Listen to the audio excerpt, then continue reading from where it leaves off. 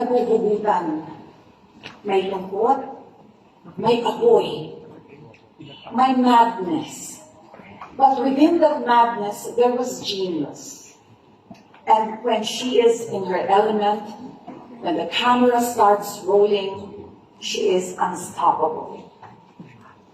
Himala was very memorable for us. Isa ito sa piling-piling projects ng experimental cinema of the Philippines noon.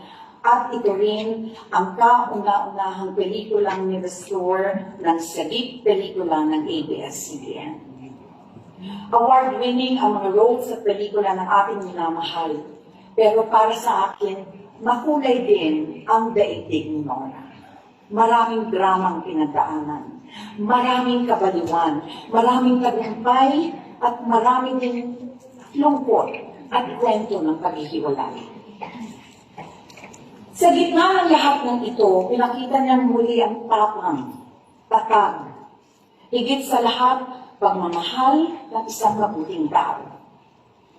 Nasaktan, naghilom, sinubok, lumaban, bumangon muli.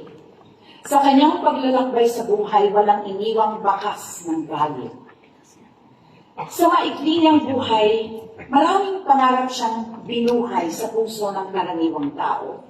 Sa mga walang pambili ng sapatos, sa nag-aaral sa ilalim ng lampara, sa mga nagtitinda sa palengke o naglalako ng tubig.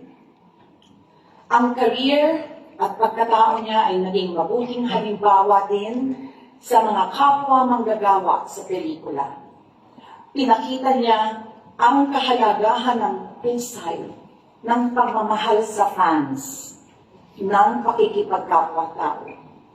Ang simpleng Norang nagwagi sa tawag ng tanghalan noong 1967 ay ang simpleng Nora hanggang sa huling araw niya. Mahirap magpaalam sa isang taong nakaukit sa iyong puso.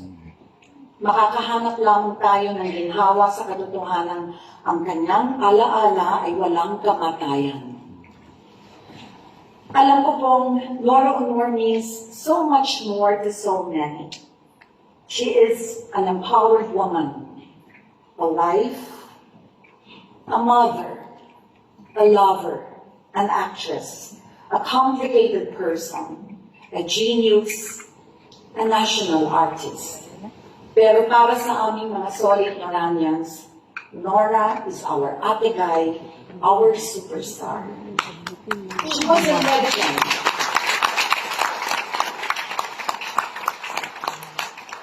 She was a legend while she lived. She will be immortal after she died.